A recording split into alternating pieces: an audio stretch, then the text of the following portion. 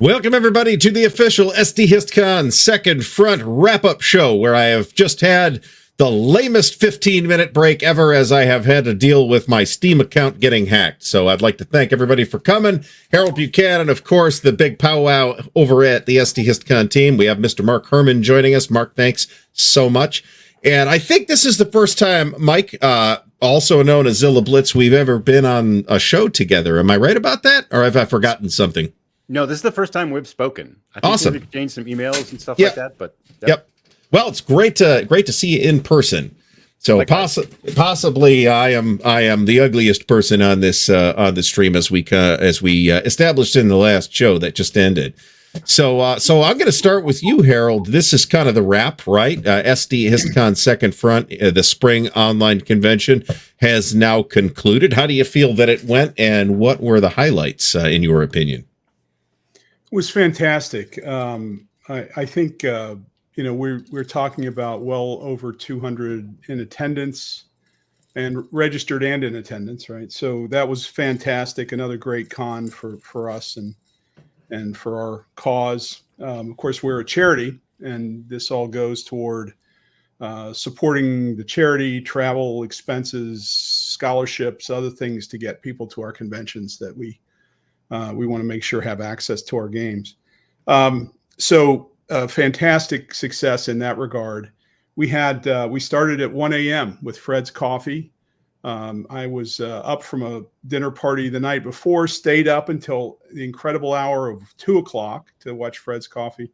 And there were 24 people in that event, which was great. Now, two of them were East Coasters like Mark Herman and David Thompson, but a lot of European activity, and we're seeing wonderful growth in that regard.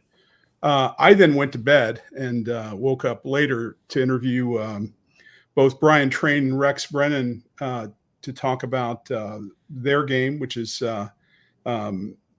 nominated for a Charles S. Roberts Award, but a game that they developed and others had initiated. And then also talk about urban combat, and that was excellent. And then went from that to let's see, what else did I do? I did a coffee right after that, which was great. And then, of course, I did a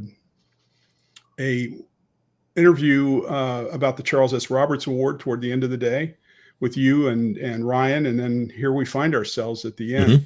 There were well over 70 events. That's roughly 20 more than we've had in the past. And we've seen an increase in activity from publishers. GMT had a marquee event that Mike Zilla Blitz managed and managed very well, and with a group of designers, and then Gene Billingsley telling us about what the state of the biggest game company in our little piece of the hobby is. And it was awesome and interesting. And I think he said that they published 49 games last year. Now that's a number we could have come up with, but that's the first time I'd heard that. So that was interesting.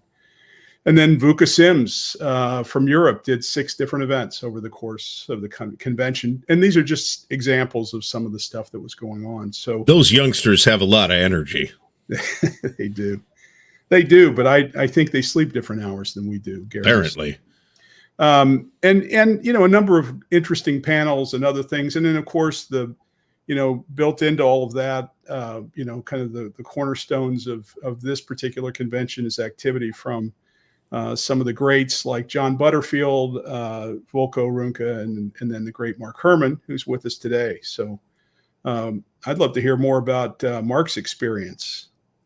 So let's hear it, Mark. Yeah. And there's a really good question here.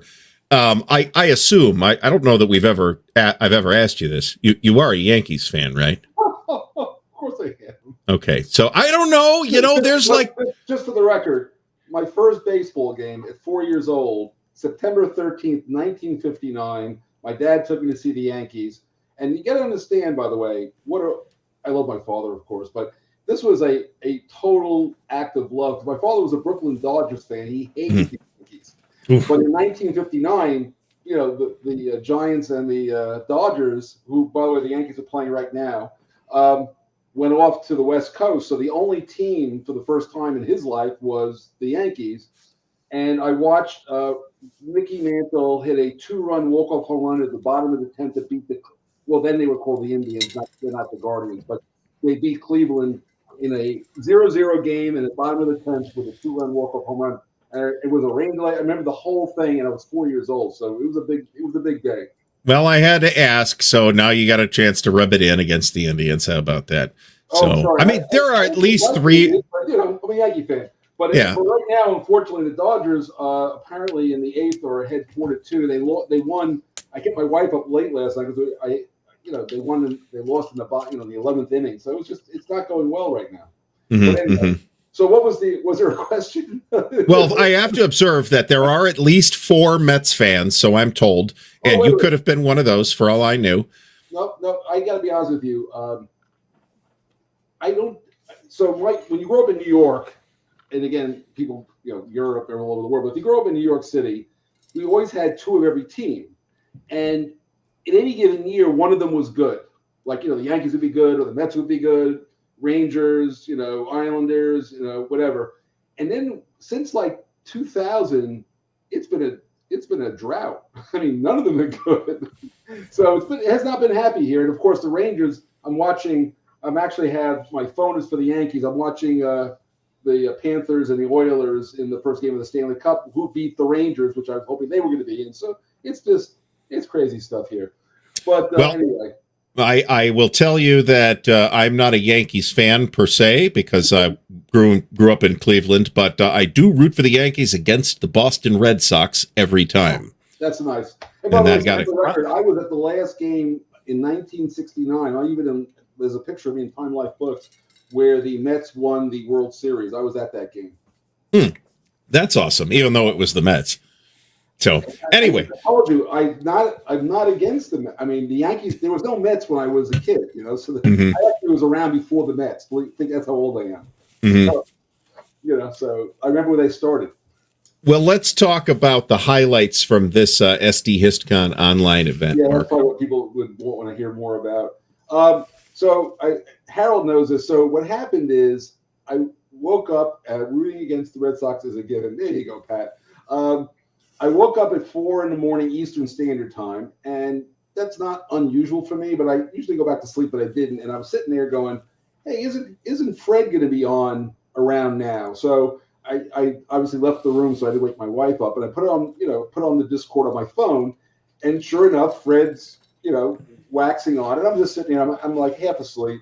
It's 4:20 in the morning, and all of a sudden Fred goes, hey, Mark's here. Hey, Mark, we had a question about CDGs and balance. I'm like, oh, God, kill me now.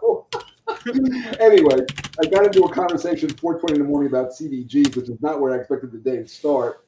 And then I saw that Harold was on. So I texted him and said, have you gone to sleep? Are you still up? I at least woke up, and we had a couple of exchanges, right, on Messenger. And then, I finished listening to Fred's thing, and then I went and worked out, actually. I got up very early, and before I even had coffee, I worked out on the road. And then 10 o'clock, I did Defiance, and noon, I did Rebel Fury. I listened into various, I wanted to listen to Volko's Coast Watcher, but it was the same time as mine, so I couldn't obviously do both. And I heard, that nice Italian guy, Ricardo? Who? Ricardo Massini? Ricardo. I heard Ricardo. And sort of a couple of other games I'd never heard of because I was on the, you had me on for the CSR for your first year as head of it. And I felt like I could add no value because I knew none of the games that people were talking about. I'm working on games, but I don't have that. I don't look at a lot of games. I'm busy. Well, I thought you were very helpful, Mark. Huh? I felt you were very helpful, so I appreciate the assistance. Whatever I gave you you were lucky. But anyway, going back to it, so I listened to a bunch of things, and then I was on the GMT thing. That was fun, seeing everybody and talking about that. What is this? Mark is talking a lot about his experiences at 420. That's true. I was there. In fairness, I had to have this reference explained to me at some point in the past as well. Yeah, so it was 4:20 a.m. Eastern Standard Time is what I think he's talking about. Let's say that the number 420, for reasons I don't understand, is frequently now associated with a certain substance that is being legalized in many states across the U.S. Seriously? Yes. See, the big number. Do not ask me to explain it. The big number for the chess guys is 960. Okay. I prefer 37 or 42, but that's 137 or 42. No, it's the Fisher Random. How many positions there are on Fisher Random? That's all. Okay. So I have put a link in the chat to the SDHist Con YouTube channel, which does have some of the content, including some really good stuff that I have queued up to watch in my copious free time. Well, the GMT, I saw that the GMT thing has already been posted on. It showed up in my YouTube feed when I came here. Mm-hmm. Yeah, there's a. Mike, you got a really nice looking house there. You play piano? All the time. Yep. Nice. I'll play for us. That's his 420 experience there. Is what 420. That's what's going on in my head right It means something different here. It's a nice looking house. Yeah. So let me talk a little bit about this, the recordings. First of all, Discord doesn't provide any mechanisms for us to record. It's actually, in that regard, it's terrible. But the benefit of Discord is it's free, right? And we actually subscribe and increase the capability just a little bit, but the cost is really low for us to run this convention on Discord. TTE is different, which is the other platform that we use. But in that regard, it's great, but it doesn't facilitate, make easy any recording. So the only time we really record is when we do something like this. Either Gary hosts, which he's hosting now, obviously. He hosted the kickoff show last night. He hosted a show earlier. I was able to record my interview with Brian Train and Rex Brennan. I was able to record my interview with Gary and Ryan. Mike recorded with GMT, the GMT event. So that's recorded. All of those things will be available on our website, SDHist YouTube, but also my YouTube will have some of the things until we can move them over. And then, other people record things. For example, Pushing Cardboard. So Grant recorded his interview with the Volko, and he's going to make that available on his channel. So, I love how we have made the Volko a title now, by the way. It is. Yeah, no, I'm not even going to flinch. It is. It just is. We're trying to make some, but we will never make a lot. And it's just impossible mechanically for us to do. And, there are other mechanisms where we can do it, but we'd have to charge 30, 40, 50 bucks a person to get into it's just not going to work. I think it's like live music, Harold. I mean, I think that there comes a point where, look, even if you showed up for 10 minutes, it's $10. I mean, and by the way, I paid $10. I'm not trying to help not hurt the charity. So yeah. I paid $10 so I could work. Yeah, not that smart, but anyway. Yeah. The only thing I see though is like it's the question I get all the time is like people are trying to decide between two sessions they want to go to at the same time, which are invariably at the same time. They're always, and they're people that have paid to get in, right? And so they're just saying, look, either I'm asleep when this happens, which people from around the world, people from Australia are paying to join us, and they can't be here all the time. Or they've signed up and they have contradicting sessions, which is terrific. And thanks BBG. We agree with the price, and it all goes to charity. So we're very proud of the price level and the service. We have so I agree. It's people that are paying that want more access to events, and the challenge is we almost have too many events, right? We had 51-ish events in the winter, which was a robust schedule. This time we have 70 plus events, pushing 80 events. So it's impossible, right? We all have FOMO because we just can't watch it all at the same time. So we're making an effort to record some things and do the best we can, but this will always be, as Mark said, this is live music, right? This is, I don't know, Coachella, right? And you got to pick your stage and you can go to that stage, but you may miss Beyonce. This is another one of those things that had to be explained to me. Beyonce or Coachella? No, I know who Beyonce is. She was in a movie once that I saw. Cadillac Records, excellent movie. Yeah.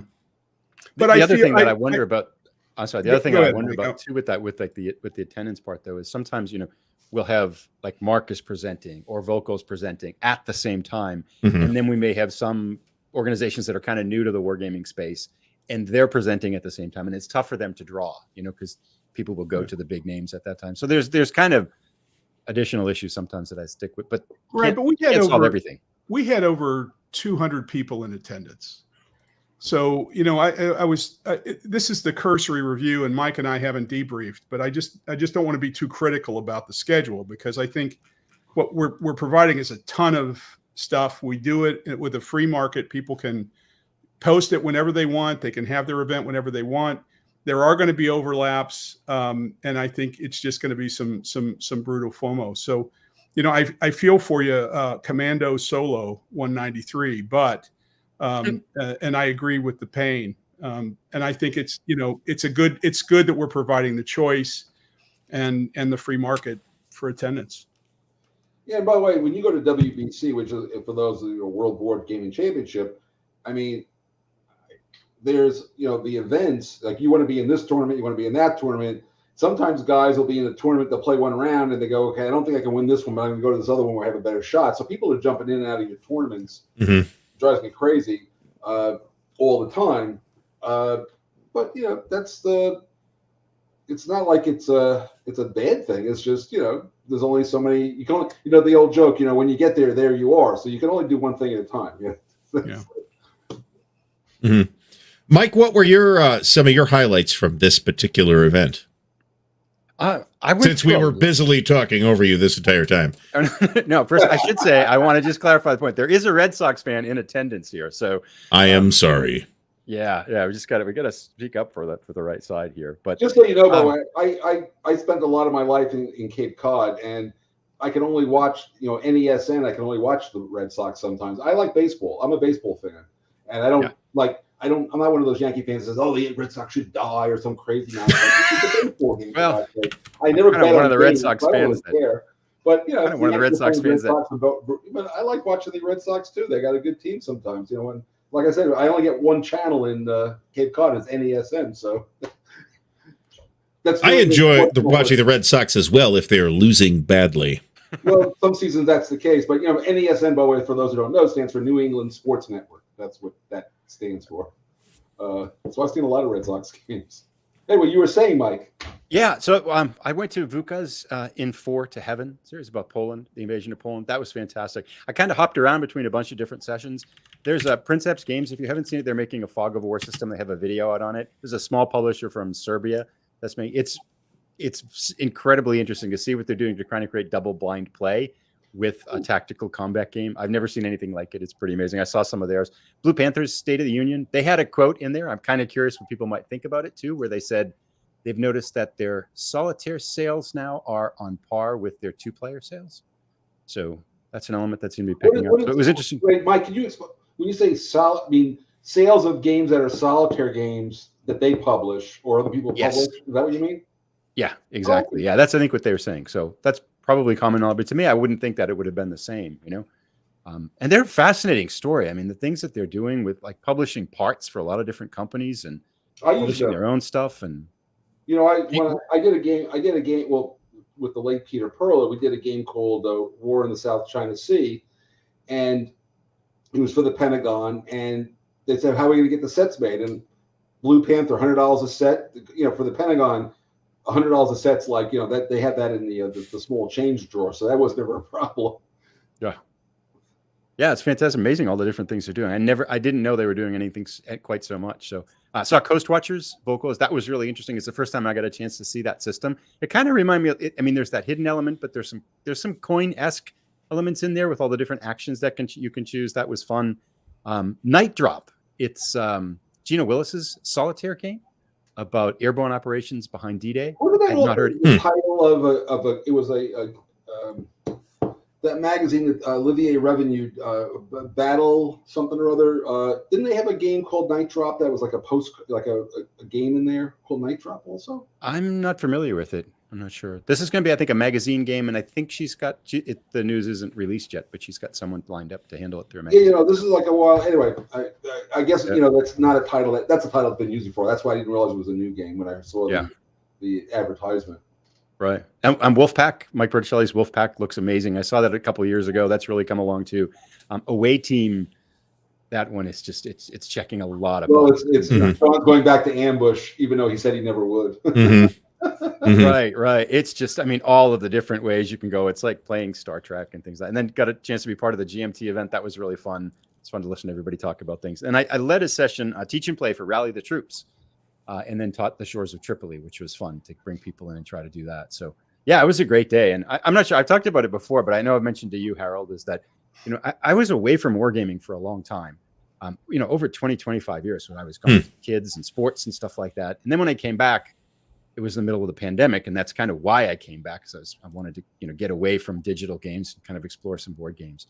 And I was wondering what the community was like. And I went to the first SDHistCon, one of the first ones that was online. And I was really just blown away by how nice people were in the community. And I think that's the thing that really struck me with the community was not what I expected. It was not something that I had expected. And I think back on that event, that was what encouraged me, like, oh, this is a place that I could really spend time and really enjoy. And every time we have one of these, it's the people that come to it, and they're just nice people. They're just, they're encouraging, they're saying positive things, they're appreciative and all these kinds of things. It's really fun to be part of a community and to see the wargaming community be this way, that it can be something like this. So, and I know we have issues and there's conflicts and all these kinds of things and arguments and stuff, but it's just a fantastic community to be part of. Real interested in this is actually, if I knew about something new that Gina was working on, I have forgotten about it. So I'm interested in anything she would turn her attention to, given how good her previous games are. But I was right from what the Meandering Mike posted. There was a game, with that title. I knew it. That's why I was confused. Yeah, Battle Magazine. Leave it to Meandering Mike to come up with this obscure game from Battle Magazine. I do have a memory, so I just that's why I was confused by it. I thought it was an old game, but now I realize, is it a redo of that game or is it a totally new product? I think it's totally new. Good. Well, never from what I see. Paradrops and D-Day games, right? Or whatever it's. I missed the first third, so she might have referenced something else at the beginning. So I'm kind of speculating, but everything that I saw looked like, and the way she was talking, it sounded like, no, this is completely new. Cool. That should be fun.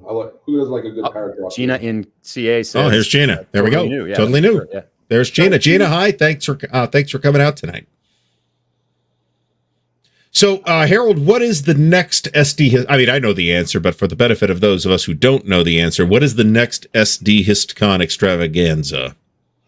So we have a handful of slots open for the August SDHistCon East in-person convention at the U.S. Navy War College, and I think Mike and Mark will both be there. It's my understanding, and of course, Gary, you have an open invite to all of our conventions. We just want you to take us up on one of those. November.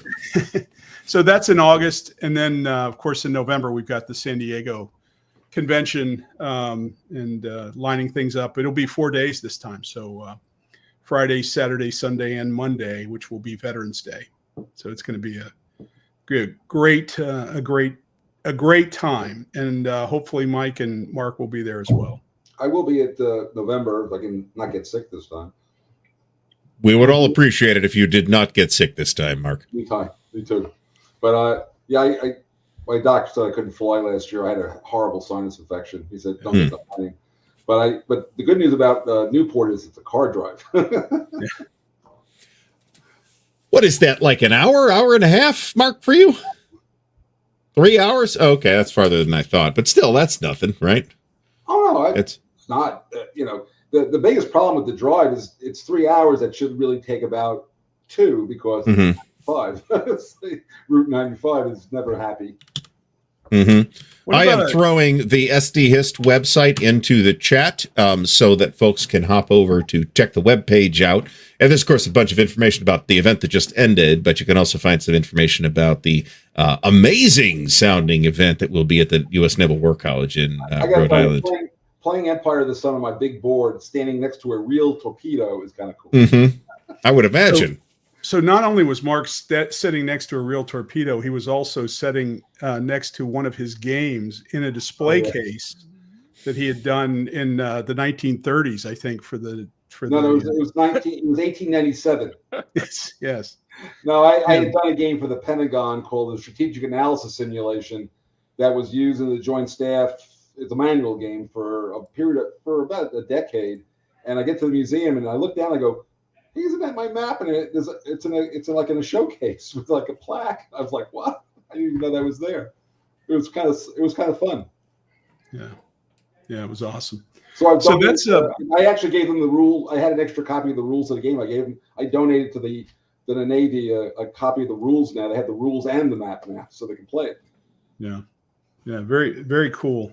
I mean, what better place to be recognized? And part of it is a tour we take of the facilities, of the wargaming facilities, including the halls walked by Nimitz and the imagination for what a Pacific War might be like. So that's all pretty cool. The museum, we play inside the museum, which is full of relics from, as Mark said, torpedoes, but also relics from naval history. Big ship model, a lot of big ship models in there. Yeah, really good ones, right? Yeah, it's good stuff. I would imagine there's not a ton of commemoration of MacArthur in the Naval War College Museum. I didn't see any. I'm just saying. I'd imagine not. No, I'll tell you, the one museum I've been in, which you really can't get in, is I have been in Hawaii. SingPac Fleet headquarters is the same building. In fact, the building, they never fixed the holes, so you could see the Japanese strafing holes in the building still. They never fixed them on purpose. And when you go to see the SingPac Fleet, commander of SingPac Fleet, you got to go through it's very secure, and you get into this small area, which is like you go in, how you go into a room where there's a wall and you got to go left or right, and it's like a square wall with offices off of it. All of the maps and pictures that you see in books from Midway and everything, the originals are on the wall there, so nobody can see what you can get in there, which is very hard to do. But I've seen. I remember once I was sitting there going, "Oh, the admiral's a little late. Do you mind?" I go, "No problem."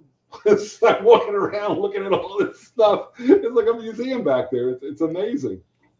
Sitting outside the museum are a couple of pretty cool relics. There's an original anchor from the USS Constitution, one of the original 6 frigates that started the U.S. Navy. They have a Japanese long-lance torpedo right in front.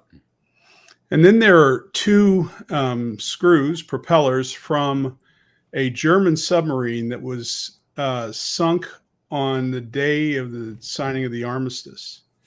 And they're not sure what happened, but a German submarine commander came into the harbor, really within an eye shot of the Navy War College there, and either didn't get the message or chose to ignore the message, and started to attack U.S. shipping. And they cornered it, sunk it, and it's still there, including all of the the lost souls on the submarine. And the 2 screws were removed and gifted to the Navy War College. And so those also sit outside. And there's a fantastic story about that is included in Conflicts of Interest e-zine, which you'll find on SDHist. And it was written by Rob Doan, who's the curator of the Navy War College Museum and a big fan of wargaming hobby. He's a good guy. Yeah. For me too, that was my first convention to go to, and to be in that museum like that. I think is this the way they're always done? And then halfway through, you get this the tour was a highlight. I mean because I'm not very familiar with the professional side of wargaming, and just to hear him talk about the interplay and the tension between the officers in the different branches, where some of them wanted it, some of them felt it was a waste of resources, some of them were afraid that it was going to lose their ability to actually do real training and they were going to lose. I mean, just a fascinating history to see how wargaming played out over time. It's a great tour. So, well, I'm still an adjunct professor of the Naval War College. So, I spent a year of my life there because every summer for about 20 years, There was a 2-week Secretary of Defense summer study that I was part of, and it was held at the Naval War College. So Newport's like a place I spent a lot of time in, 2 weeks at a time for years. It's a really cool place. I love that town. I wish I could make it. It's just it's not at a time of the year that's friendly to that. You know what I'm saying? It sounds like an amazing event, and I wish I could be there. But alas, no. There's too many events between February and August. That's my problem. So, but you've also got, of course, the original, the OG SDHist Con over the Veterans Day weekend as well. Now, there's another. When is the next online event scheduled, Harold?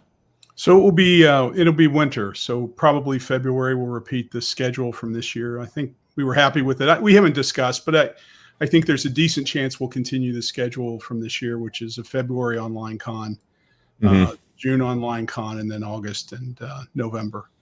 And that's a lot, right? I mean, we really have our hands full managing that, making sure that those are really high quality events with lots of choices. Mm-hmm. John, at least SDHist is on the side of the country nearest to you, so that's an upside. John would be flying in from the sunny Philippines, as you know. Of course. So, well, I've seen him at Consim World. I know he comes to these things. So yep. We met I've met John twice in person. Once at Compass Expo and once at WBC last year. So, which I think he's not going to make it out to WBC again this year, but I will, hopefully. Oh, you're going to be at WBC. I'll see you there for sure. I'm looking forward to it. Yeah, we're not going to be there. I'm not going to be there the whole time, but I'll be there for at least a day or two. Yeah, what do you do at WBC? Wednesday to Saturday. I'm bringing David Doctor's coming with me. That'll be great. It'll be great to meet him as well. I at WBC just went around and talked to people. That was pretty much my entire mission going last year for the very first time. Yeah, David's a wonderful guy, although he makes Berg look normal, so that's really something to be said. Holy cow. But does WBC have a kind of a competitive edge to it? Yes. I mean, the name sounds like you're there to win. Well, so what you'll see there, it started off by Don Greenwood to give people a place to actually play war games competitively against other people trying to play competitively. That was the original intent of the thing. It has obviously evolved way past that, so there's a ton of tournaments. I mean, like the schedule, you can go on, if you're going, you can just go online. They have all the events listed, but it's like 24/7 crazy stuff. And then there's an open gaming room. But what's really cool about the open gaming room is over the years, they have a library of games that's like nuts. I mean, everything. And you literally go in the room and you walk up and say, you sign the sheet. I'm taking, it's like a lending library. You grab the game, you take it up. You put they had these little flags, little flags that tell you you're looking for opponents, and people just play games all day long in that big room. But the cool part is you don't have to bring and there's a lot of cool games you may have always wanted to play or you've never seen before. You just take them out, play them, and put them back. Everybody takes good care of them. And then they haul that around every year. It's amazing. Mm-hmm. There's a similar method these days at Origins, actually, in the boardroom, where they have a huge library and check games out and put little traffic cones up on your table to show that you're looking for players. Same. Yeah, same idea. They probably the Cavs people probably stole it from the WBC people, would be my guess. It's not clear who something. You ever hear the term convergent evolution? Yes, absolutely. Yeah, so it could be that they both got the same good idea for the same reasons. Mm-hmm. Mm-hmm. Mm-hmm. Yeah, I thought this too, but there is a really large and pretty robust open gaming area at WBC, and one of those rooms is basically all war games. I think they had some kind of huge squad leader, like classic squad leader event last year, as I recall, among other things. I mean, the For the People tournament's been going on since before WBC became WBC, and I ran Empire of the Sun and Pacific War for at least a couple of decades back in the day. I now decide that I have a bunch of games I'm going to demo, so I'll be part of the GMT demo area, and For the People, and I always try to play one round of For the People just to see everybody and all that. Evan wants me to play Diplomacy. Yeah, I played that extensively in college. I had to play Diplomacy. That's a good time. And yeah, but going to your point that you were asking, Mike, is there's a lot of tournaments and a lot of people, do that, but there's a lot of gaming, around the clock. And you'll get in very good shape, by the way, because the walk from the hotel to the gaming center, even though it's all indoors, is like, I don't know, it's like half a mile. That place is a labyrinth. It is. We were having been there the first time. We had to constantly stop and ask people for directions. We had no idea where we were half the time. And there's this like underground warren of tiny rooms, all of which are filled with people playing games all the time. And there's kids events, and it's a good time. There's no question about it. So Harold, I feel like at least thus far from the online events that we've run, and that I've seen anyway, it feels like the orientation of the con, the online event again, has been towards demos and panels and conversations, which I think is fantastic. Is that a direction in which you want to continue to expand, or do you want to, and there's no reason you can't do both, do you also want to add more like actual gameplay with, people squaring off on particular games? Is that a conversation that you've had? It's something we talk about continually, Gary. And we had a different vision of what an online convention would be 4 years ago than we do today. Mm-hmm. At the time, we thought we might see a very similar group that want to match up and play games and et cetera, like in a face-to-face convention. But that doesn't seem to be the case. And at the same time, one of the great things about the online convention is that I can watch Mark for 10 minutes, and then I can watch Voco for 5 minutes, and and move around and pop between rooms. And 50 people can gather around Mark Herman at an online convention, and that can't happen in a face-to-face convention. So, so it turns out that we have a different skew. We have a skew on online conventions that's away from face-to-face play. On the other hand, we've always done experiments, and Mike and Jeff Dreher have done some experiments the last few cons to set up, to teach and match people to play on either Rally the Troops or some other platform, right? And of course, we like the rules enforced benefits of a Rally the Troops for people that are learning a game. And I think, Mike, you did that very thing today, and so we'll assess and perhaps try to grow that functionality. But how did that go with Rally the Troops today, Mike? It's really interesting because I feel like the teach session, I feel like there's a lot of interest in people learning games. Like even I don't know what happened with the Combat Commander session today. I wasn't there for when that happened, but I know our Combat Commanding session, the demo and teaching, actually almost a tutorial-based session, was one of the most popular sessions at the previous conference. I felt like the teaching session for Rally the Troops and for the Shores of Tripoli, which is the game I was using, went very well. I felt there's a lot of interest. I paused. There was questions and things. When we came to the transition to actually play it, there wasn't as much. We ended up getting one game to play. So it was a smaller group. It's about 12. It's the end of the conference and stuff like that. We had a couple people play and they had fun. I'm not sure. I'd be interested too if people have comments or thoughts on it. Like when you're going to something like this, what holds you back from wanting to get together and play a game virtually like that? Because you can hook up on Discord and talk on Rally Trip. It's really easy to set up. And I'm not sure if maybe it's the sit and receive for a long time that it's hard to make that jump forward to play with a stranger that you can't see or something like that. But it'd be interesting to solve it, because I would think there is interest in connecting and playing at these conferences too, but we haven't quite maybe hit that magic sauce yet. Commando Solo, in answer to that question, I'm throwing in the chat a link to the Armchair Dragoons online event calendar, which does have all the conventions, not just the online ones, but the online ones are on there too. I will throw that out to those folks. Actually, a way to filter on in-person conventions and online conventions. I think that's a good idea. So what's what? Ooh, I don't know if I have any more questions. I feel like I asked all the questions already. Let me ask. Go ahead, Harold. This is the fourth time we've met in the course. That's true. Of just over a week. So I would expect that at some point you will run out of questions. And I appreciate the time you spend with us, Gary.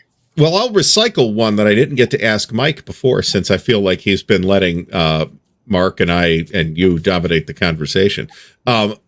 So, Mike, if there's a game that you would have really loved to see at this SDHist Con, but which wasn't there, what would that game be? It doesn't have to be a game that's even out yet. A game that wasn't there that I would like to see. Besides Case Blue, of course. Yeah. Yeah, the campaign in North Africa that's behind your head over there, too. Exactly. Yeah, well, next year, campaign for North Africa. Yeah. I have to think for a second on that one in terms of probably something I like the sessions that are showing me new things that I haven't seen before. I like ones that are showing me companies or games or organizations I've never heard of before. I like that newness element too. I also did really like the Combat Commander series, and there's a number of games like that. Like I know, Mark, you've done Empire of the Sun, and I've been able to half attend those. It's fun. Like one of my goals is to go to a conference and leave being able to play a game I couldn't play before. So something like Empire of the Sun would be good. I would have watched a tutorial on Rebel Fury again, too, or something like that, some of Mark's games. Some of the other big ones that I haven't played yet. Some of the Mark's Diminishes series, any one of those would have been fun. I think there's a lot of room for some of the older, not the older classics, but a lot of what we have on the conference is new stuff. And I think a lot of people, there's a certain kind of group of games that just stay perennially played. People just constantly playing them. And coming back to the hobby only 3 years, any one of those I think would have been fun to see too. So I think Combat Commander is that type of game. You know, there's probably a couple dozen of those games that are constantly played that just stay with us as we move forward. Yeah, both Paul's Prelude to Blitzkrieg and Gulf Strike 2, which Mark is on the hook for, and we'll have to talk later about that. I'm definitely on board for all of that stuff and for Away Team. So there's all that. But no, it's I feel like it was a big success, right? The Discord, I didn't really have time all day to spend that much time in it, but it was hopping the entire time. The events were well attended. Harold, any closing thoughts or things maybe you're definitely looking to improve for next time based on what learning happened this weekend? Yeah. Well, we'll have our first debrief on Wednesday at our standing meeting, and we'll talk about, we'll just make some notes. What can we do to make it better, faster next year? Just create a planning document that we'll carry, but we'll also prepare a survey that will go to all the attendees. So we get everybody to attend or that attended to respond. And to entice that, I'll probably give another $100 gift certificate to GMT Games. For whatever could you possibly spend that on? Yes, yeah, imagine for a portion of one of Mark's games, and so that will be the basis, right? I mean, it really is the feedback, and it's not the hard part, as you know better than anybody, Gary. It's not the anecdotes, right? I mean, individuals will have criticism. The question when you get that individual criticism was this one person out of 250? Or is it 20% of the group that feels this way? And how can we be sure? And if we can come to that conclusion, then we can do things to fix, improve, and increase the experiments. We'll also, Gary, we critically measure the number of presenters that are in underrepresented groups in our hobby. And we measure that and we talk about it and we try to improve that every time. And that it's not at anyone's detriment, but it's just one of the things that we do, and I think makes our con and what we do a little different. We'll also start budgeting for scholarships for the various cons. So we work hard to get people that we really want to come to our con to come.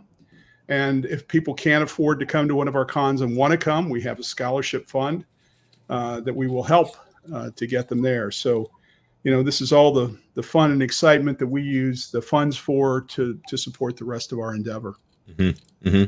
Pat Wells really nails it right here. Those of us who've been involved in our professional lives with continuous improvement, and I think that includes probably all four of us, to be completely honest. Still working on it. Recognize that is really important. Right. Every time you do one of these, you learn something new. But the same thing, we talked about this an hour ago with the Charles S. Roberts Awards. Every time you do one of these things, you learn something that you didn't know before. Maybe it's a new problem or a complication that arose due to changes or whatever. And you continue moving forward and improving where you see those opportunities for improvement. So I learned something at 4 o'clock.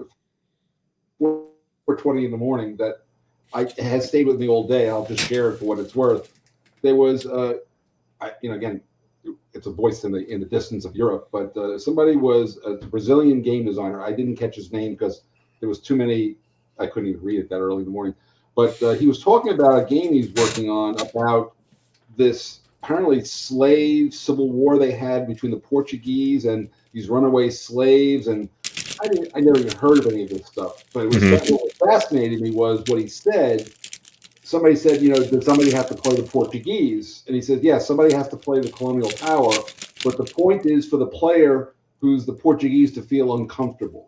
And I was like, and that comment has stuck with me all day. I think it's a fascinating. So that's what I learned today. I never thought about wanting to play a side so I could feel uncomfortable, but great thought. That is a really interesting idea. Amabel Holland has explored that in multiple games as well. And she may be the only person I can think of off the top of my head that they may be Cole Worley as well, thinking about it. But yeah, that's a really interesting design idea, right? To put somebody outside of their comfort zone playing, the traditional attack plan of attack on that be make it a solo game and you're playing the good guys, right? Or at least the less bad guys. Yep, exactly what I'm thinking of there, John. That is specifically. And, fruit sounds pretty interesting, too, against my initial impressions, having heard only the title. So a lot of cool stuff got demoed and talked about here, including some stuff that, frankly, is probably going to have a significant impact on the hobby. You got to worry when Volko's got something cooking that he's going to remake the hobby again, right? So say nothing of, everybody here is probably going to be on board with whatever Mark's working on at any given time. Of course. So, all right. So I think we're going to wrap this up for tonight. I want to thank all four of you, Mike and Harold and Mark and Harold, especially thanks for you and the whole SDHistCon team. I mean, it's not just you. We blame you for anything that goes wrong, of course, but it's not just you. It's a whole family team effort going into putting these things on, and it's a lot of work. Well, so thanks for that. And Harold, just give my thanks again to Edgar and Product for keeping me. I'm always lost, and they're always helping me. They're always watching for you. Well, Gary, thank you for your support of the con. Mark, thank you for the support. Mike, great having you on board. And you're right. Thanks for having me.